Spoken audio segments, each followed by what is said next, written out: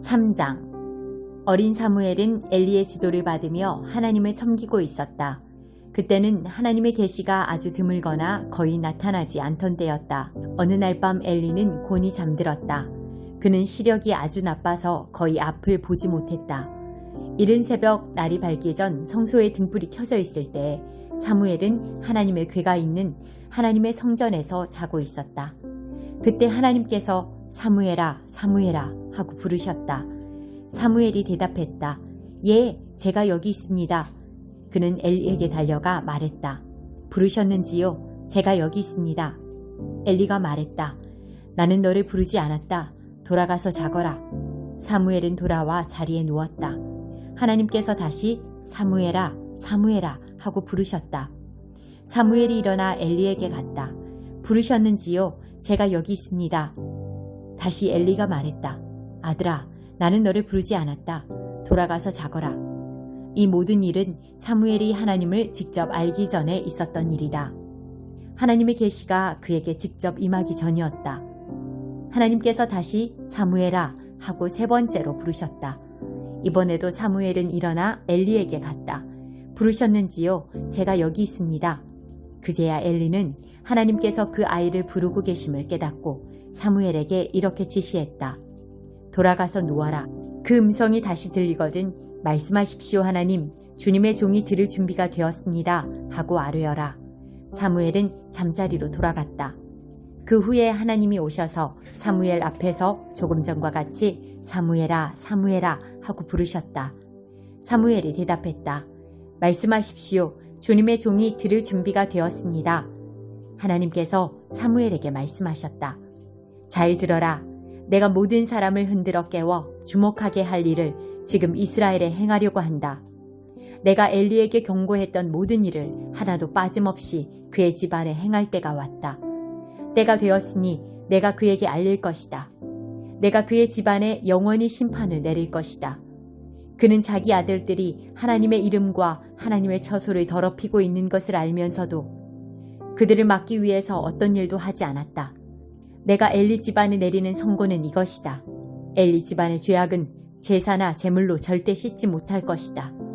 사무엘은 아침까지 잠자리에 머물러 있다가 일찍 일어나 성소의 문을 열고 직무를 보러 갔다. 그러나 사무엘은 자신이 보고 들은 환상을 엘리에게 알리는 것이 두려웠다. 엘리가 사무엘을 불렀다. 내 아들 사무엘아. 사무엘이 달려왔다. 예, 부르셨습니까? 그분께서 무슨 말씀을 하셨느냐? 나에게 모두 말하여라.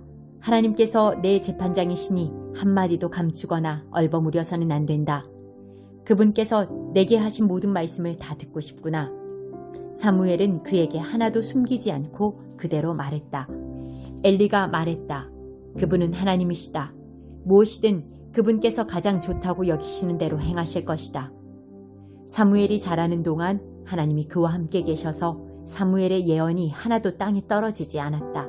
북쪽으로 단에서부터 남쪽으로 브엘세바까지 이스라엘의 모든 사람이 사무엘이 하나님의 참 예언자임을 알게 되었다.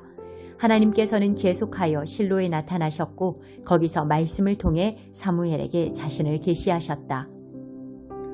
4장.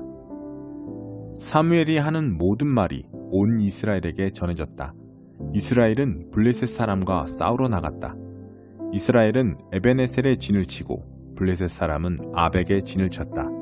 블레셋 사람이 전투대용으로 진격하여 이스라엘을 치자 이스라엘은 크게 패하여 군사 4,000명 정도가 들판에서 죽었다. 군대가 진을 돌아오자 이스라엘의 장로들이 말했다. 하나님께서 오늘 우리를 블레셋 사람에게 패하게 하신 까닭이 무엇이겠습니까? 실로에 가서 하나님의 언약궤를 가져옵시다.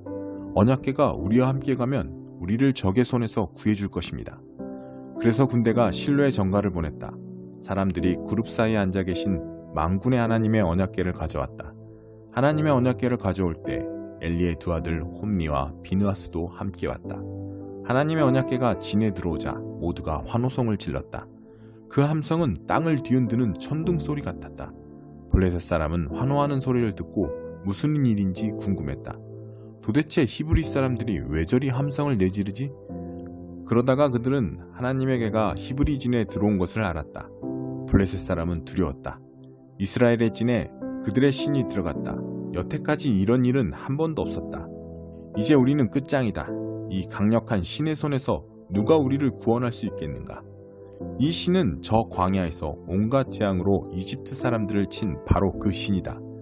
블레셋 사람아, 일어나라. 용기를 내어라. 히브리 사람들이 우리의 종이 되었던 것처럼 이제 우리가 그들의 종이 되게 생겼다. 너희의 근성을 보여주어라. 목숨을 걸고 싸워라. 그들은 죽을 각오로 싸웠다. 결국 큰 승리를 거두었다. 그들이 이스라엘을 무참히 쳐부수었고 이스라엘은 필사적으로 도망쳤다. 이스라엘 군사 3만 명이 죽었다. 그것으로도 모자라 하나님의 괴마저 빼앗기고 엘리의 두 아들 홈니와 비느하스도 죽었다. 곧바로 베냐민 사람 하나가 전쟁터에서 빠져나와 실로에 이르렀다. 웃옷은 찢어지고 얼굴은 흙투성이가 된 채로 그가 성읍에 들어섰다. 엘리는 하나님의 괴가 몹시 걱정이 되어서 길 옆 의자에 앉아 꼼짝 않고 있었다. 그 사람이 곧장 성읍으로 달려와 슬픈 소식을 전하자 모두가 슬피 울며 크게 두려워했다. 엘리가 울부짖는 소리를 듣고 물었다. 어찌 이리 소란스러운가? 그 사람이 급히 다가와서 보고했다. 엘리는 그때 98이었고 앞을 보지 못했다. 그 사람이 엘리에게 말했다. 제가 방금 전쟁터에서 왔는데 겨우 목숨을 건졌습니다. 엘리가 말했다. 그래, 내 아들아, 어떻게 되었느냐? 그 사람이 대답했다. 이스라엘이 블레셋 사람 앞에서 뿔뿔이 흩어졌습니다. 엄청난 피해를 입은 참패입니다. 제사장님의 아들 홈니와 비느하스도 전사했고 하나님의 괴도 빼앗겼습니다. 하나님의 괴라는 말을 듣는 순간 엘리는 앉아있던 문 옆에 의자에서 뒤로 넘어졌다. 노인인데다 아주 뚱뚱했던 엘리는 넘어지면서 목이 부러져 죽었다.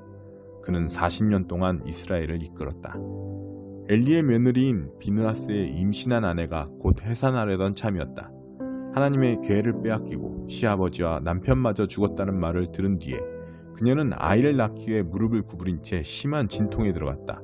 산모가 죽어가는데 산파가 두려워하지 마세요. 아들을 낳았습니다. 하고 말했다. 그러나 산모는 그 말에 아무 반응도 보이지 않았다. 하나님의 계획을 빼앗기고 시아버지와 남편이 죽었으므로 그녀는 하나님의 계획을 빼앗겼으니 이스라엘에서 하나님의 영광이 떠났다 하며 아이의 이름을 이가봇, 영광이 사라졌다 이라고 했다. 5장. 하나님의 궤를 빼앗은 블레셋 사람은 그 궤를 에베네셀에서 아스돗으로 옮긴 다음 다곤 신전 안으로 가지고 들어가 다곤 상 옆에 나란히 놓았다. 이튿날 아침 아스돗 주민들이 일어났다가 다곤이 하나님의 궤 앞에 얼굴을 쳐박고 바닥에 쓰러져 있는 것을 보고 깜짝 놀랐다. 그들은 다곤을 일으켜 다시 제자리에 두었다. 그 이튿날 아침에 그들이 일어나자마자 가보니 다곤이 다시 하나님의 궤 앞에 얼굴을 쳐박고 바닥에 쓰러져 있었다. 다곤의 머리와 두 팔은 부러져 입구에 널브러져 있었고 몸통만 남아 있었다. 그래서 다곤의 제사장과 아스돗에 있는 다곤 신전에 방문하는 사람들은 지금도 문지방을 밟지 않는다. 하나님께서 아스돗 주민들을 엄히 다루셨다. 종양으로 그들을 쳐서 그 지역을 황폐하게 만드셨다. 성읍과 그 주변 지역도 마찬가지였다. 또한 그들 사이에 쥐를 풀어놓으셨다. 쥐들이 그곳에 있는 배들에서 뛰쳐나와 온 성읍에 우글거렸다. 모든 사람이 두려움에 휩싸였다. 아스돗의 지도자들이 그 광경을 보고 결정을 내렸다. 이스라엘 신의 궤를 떠나보내야 합니다. 이 물건은 우리가 감당할 수 없고 우리의 신 다곤도 감당할 수 없습니다. 그들은 블레셋 지도자들을 모두 불러놓고 물었다. 어떻게 하면 우리가 이스라엘 신의 궤를 치울 수 있겠소? 지도자들의 뜻이 일치했다. 그 궤를 가드로 옮기시오.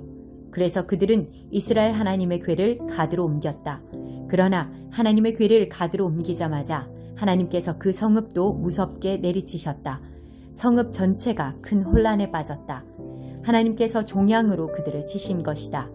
어른 아이 할 것 없이 성읍 모든 사람에게 종양이 생겼다.